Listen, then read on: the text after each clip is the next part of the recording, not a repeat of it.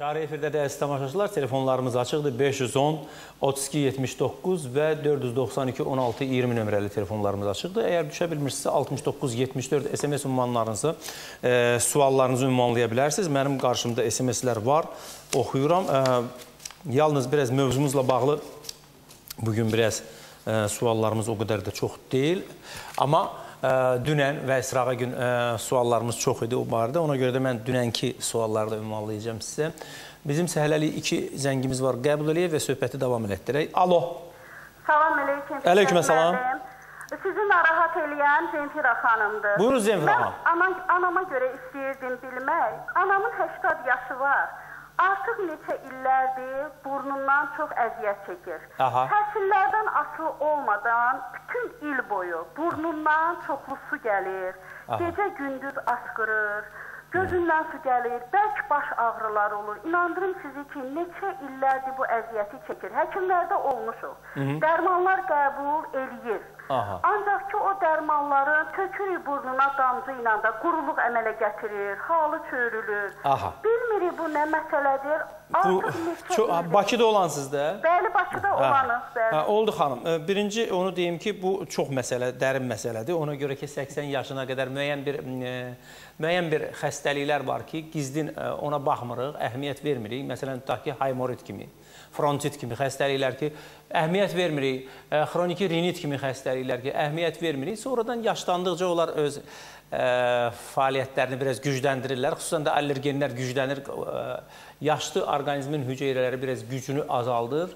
Digər xəstəliklərin isə gücü artır. Nəticə etibarilə biz biraz da ona müqavimətimiz azalır. Amma bunun qarşısını almaq üçün müəyyən bir şeylər həm Ulduz xanım, indi həm də həkimlər deyəcəklər. Buyuruz, doktor, əlavəniz varsa buyuruz. Yox, mənim ixtisasım oldu. İcazə versiniz, mən ikinci zəngi qəbul edeyim. Alo. Alo. Bəli. Salam aleyküm. Aleyküm salam. Fikrət müəllim, mənim belə bir sualım var sizə.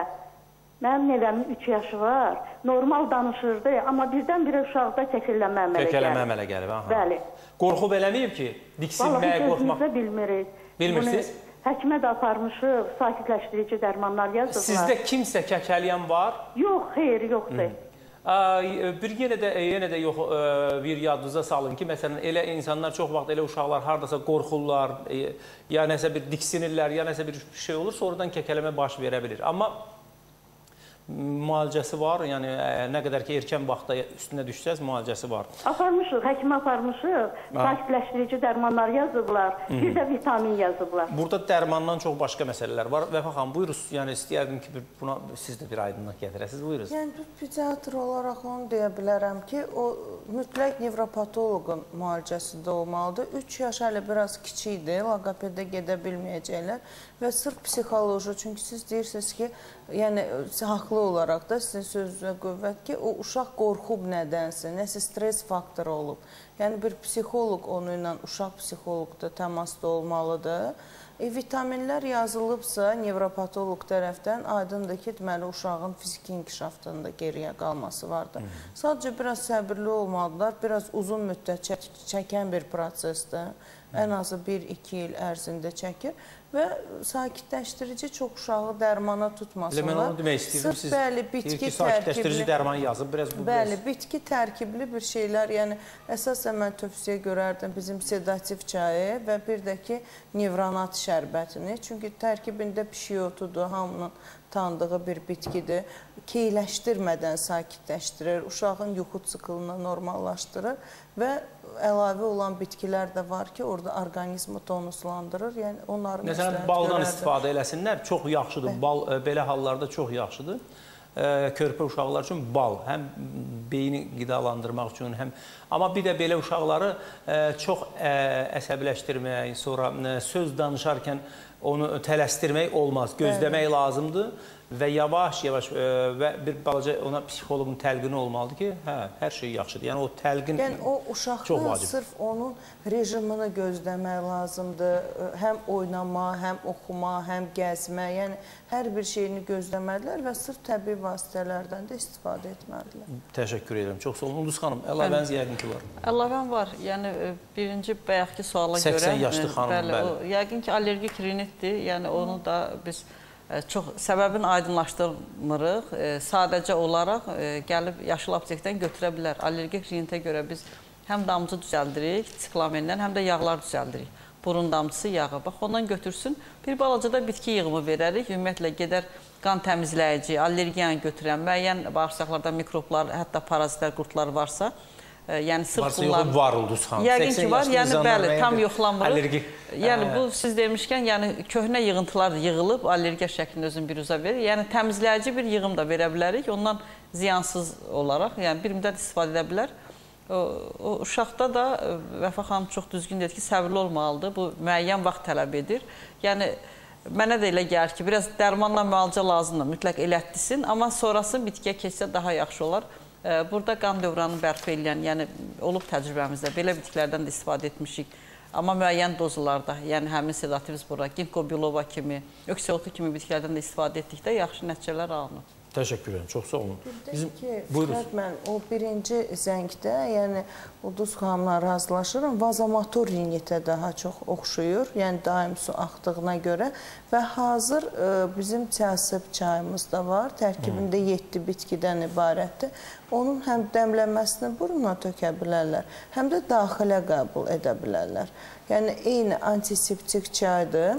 Bunun tərkibindəki bitkilərin, xüsusən də ramaşkanı vurğulamaq istəyirəm, selikli qişanın yerli immunitetini, müqavimətini artırır və bu xəstələrdə kiprikli epiteliyanın funksiyası pozulur deyə daim selik ifraz olunur və selik su şəklində olur da müəyyən hüceyrələr fəaliyyətini göstərmir və muçunun ifrazı bunlarda pozulur. Tərkibindəki çəsib çayın tərkibindəki bitkilər, tərkibində andızdır, cökədir, ramaşka, çoban yastığıdır, həm regenerasiyanı sürətləndirir, yerini immuniteti və selikli qişanın normal funksiyasına qaytarır. Təşəkkür edirəm.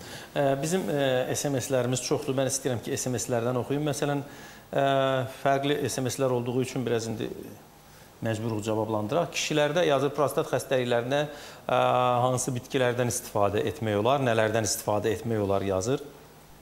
Əslində qalanda biz daim deyirik nələrdən istifadə eləmək lazımdır və necə həyat tərzi sürmək lazımdır ki, bu xəstəlikdə. Kişilərdə birinci növbədə bu xəstəlikdə məsələn yerimək gün ərzində heç olmasa 5, yəni ən minimal şey 2 kilometrdir. 5 kilometrə qədər, 10 kilometrə qədər piyada gəzmək məsələsi çox vacibdir. Bunun özdə çox gərgin gəzmək məsələsi var. Yəni elə belə yeriş deyil, bir qədər burada əzələ gərginliyinə fikir vermək lazımdır. Yəni ayaqların, bədənin əzələ gərginliyinə fikir vermək lazımdır. Yəni o aşağı orqanların qan dövranını normallaşdıracaq bitkilər və aşağı taz orqanlarının fəaliyyətini artırmaq üçün bir çox təmrinlər var ki, bunlardan istifadə eləmək lazımdır. Burada masajlar da var və s. var, amma hər halda güman edirəm ki, elə bitkilər var. Məsələn, herbaflora şirkətinin... Bizdə var, bəli, bizdə xüsusilə kişilər üçün olan bir çay var, tiamen adı ilə. Tərkibində 8 bitkidən ibarətdir.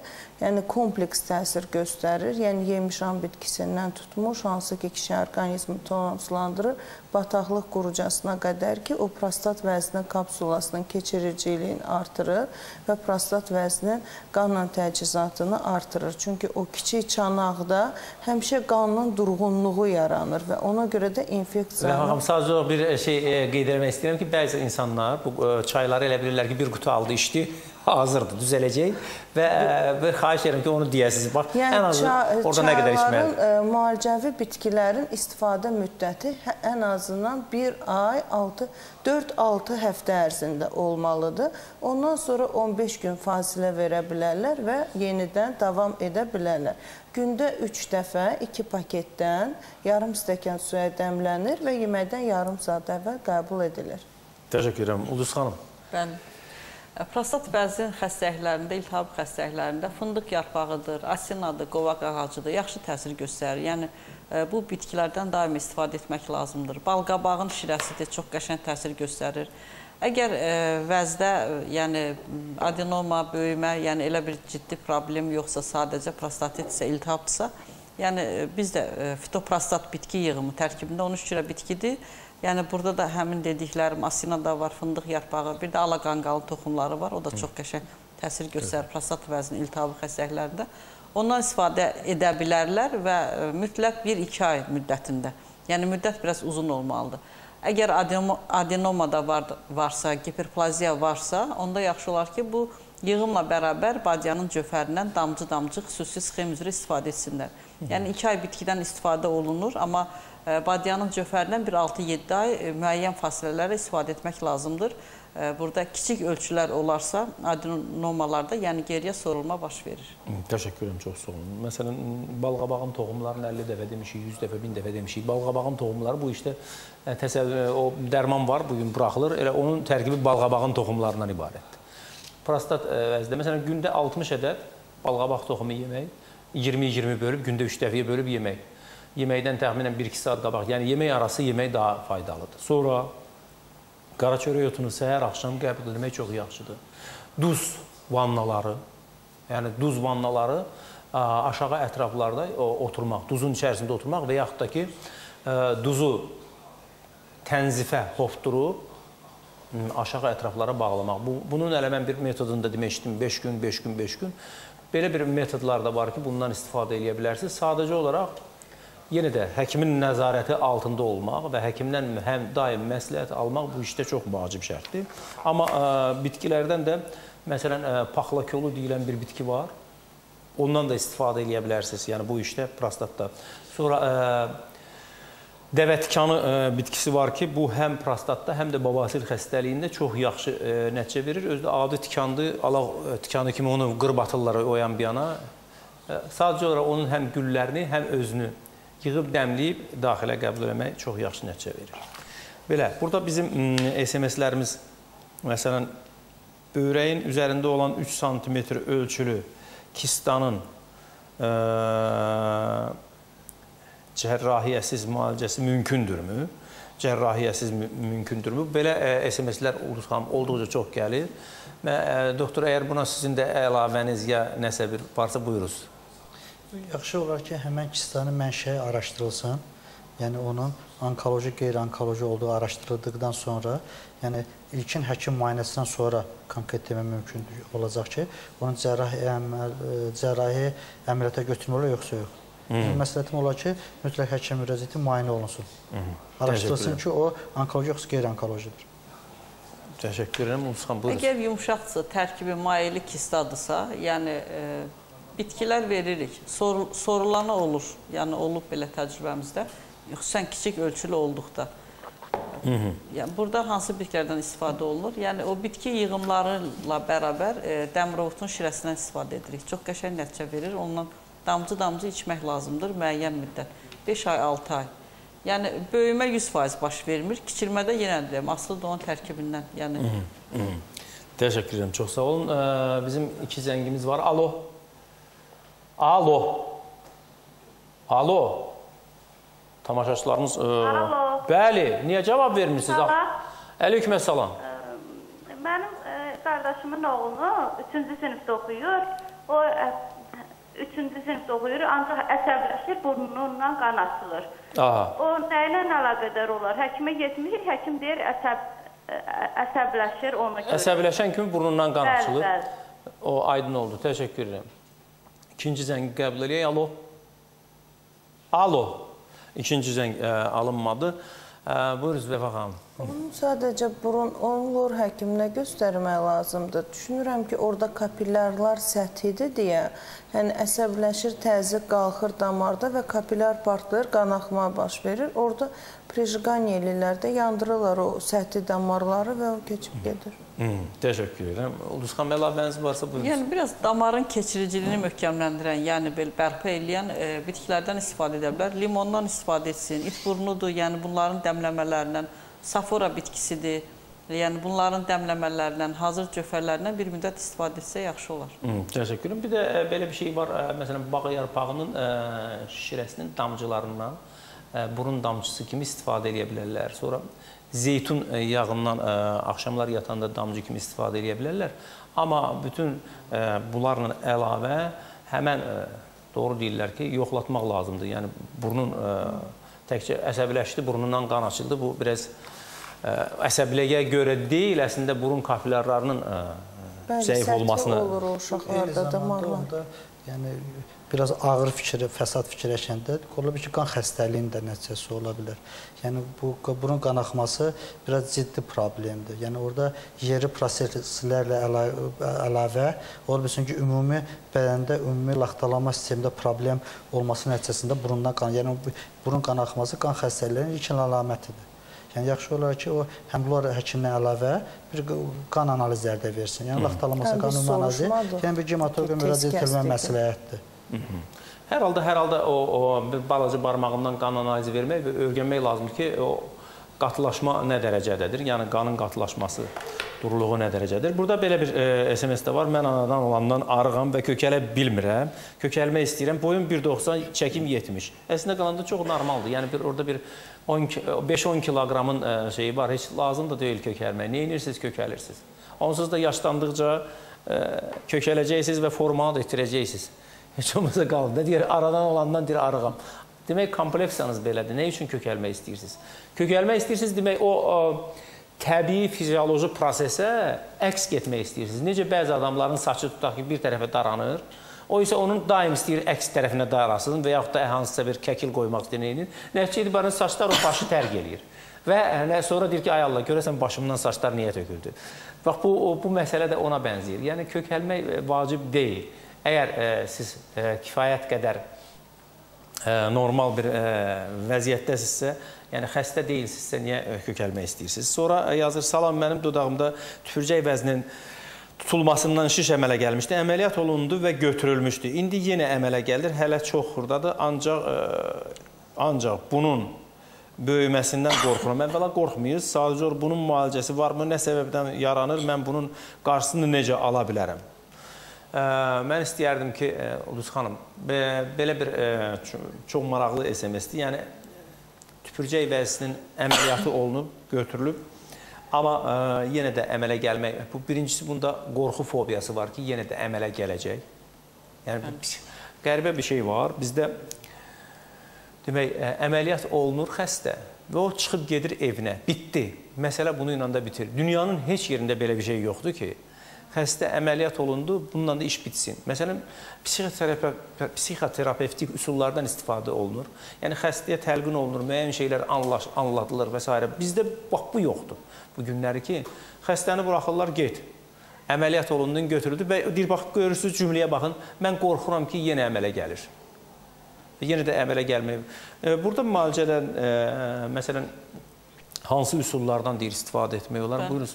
Ümumiyyətlə, kimdə şiş əmələ gəlibsə, fərqi yoxdur, xoş xəstəlik, bəd xəstəlik. Yəni, əməliyyat olunubsa, onlar sadəcə oturmamalılar. Düzdür, onlara əməliyyatdan sonra deyirlər, 6 aydan bir gəlin müayinə olunur. Yəni, onlar mütləq birinci növbədə bədənləri, həzm sistemi xüsusilə təmizləməlidirlər, bağırsaqları.